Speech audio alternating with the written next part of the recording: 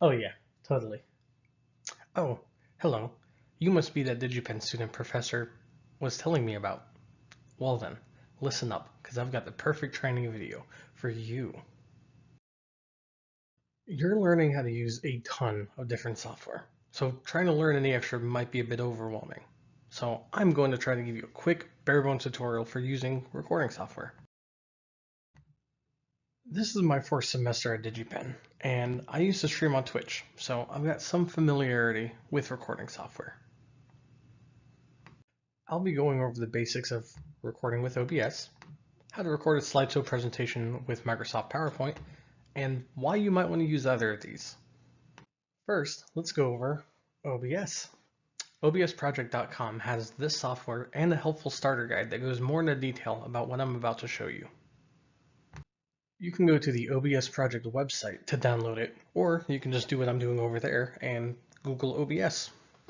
Once you get there, click your operating software and then download your installer. Next, you want to open the installer you just downloaded.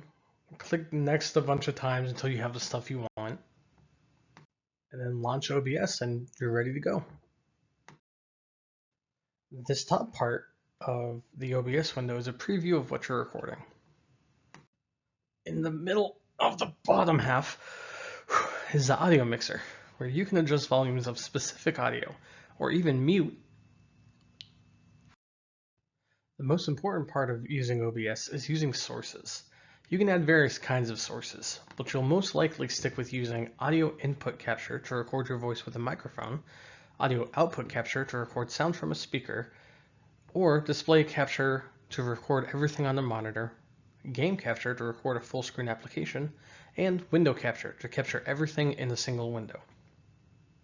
Add a source using the plus button, then select which available thing you'd like to record. Here, I'm adding my Firefox window that I use to open Google. You can edit a source by clicking on it in the Sources tab, and then, in the Preview window, you can even move around or resize it.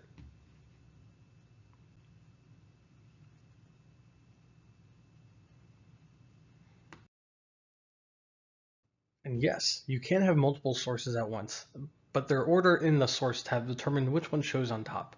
You can even hide sources if you want.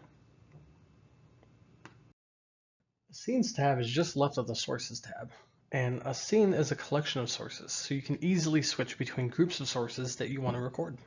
And you can add transitions and other neat effects, but you really only need the one scene for some basic recording.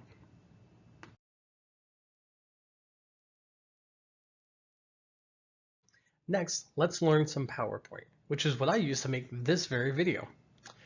Microsoft Support has a lot of helpful pages and forums that go into detail about features available in PowerPoint. Specifically, I'll be referencing their pages titled Use Presenter View and Record a Presentation. The Record tab is your one-stop shop for all your presentation recording needs. You can record from different points within your slideshow and even record screen activity, which is how I got most of the footage used throughout this video.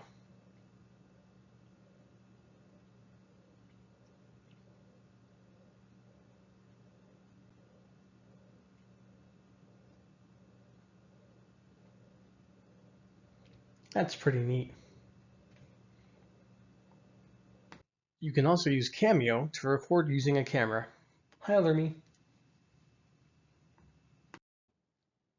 Even if you don't want to record videos in PowerPoint, there are some tools that can be very helpful in presenting a slideshow. In the View tab, you can toggle notes that you can use to keep text off of your slides. God knows I couldn't remember all of this. You can also go to the Slideshow tab. Here you can adjust which monitor displays your presentation, toggle subtitles, and go into Presenter View.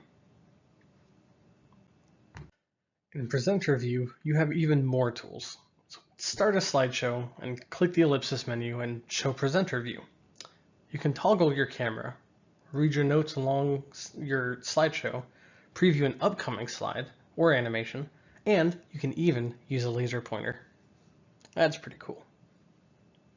After all that, you might be saying, alright, well I've already done my speech for this class, so why should I care? Well, for one, you can use some of these tips to record playtests. It's very hard to observe every little detail live, so having a recording to reference is super useful. Playtest reports, like this one, can also be improved by providing screenshots to provide context. And if you still don't care about playtesting, there are still multiple classes at DigiPen that require some kind of presentation. And knowing how to record a video in advance, or even use some of the tools I mentioned for live presentations, will hopefully help a bunch in your future. To summarize this video, you can record in OBS by adding sources of what you want to record, adjusting audio levels using the audio mixer, and organizing collections of sources with scenes. Recording with PowerPoint can be even more straightforward by using the Recording tab, and you can use a lot of helpful tools from the SlideShow tab and accessing Presenter View. You may not care about these resources for the same reason I do, but hopefully these options do help make your life easier at DigiPen. Just follow these simple steps to start recording in OBS or Microsoft PowerPoint, and you'll be ready to pass your class.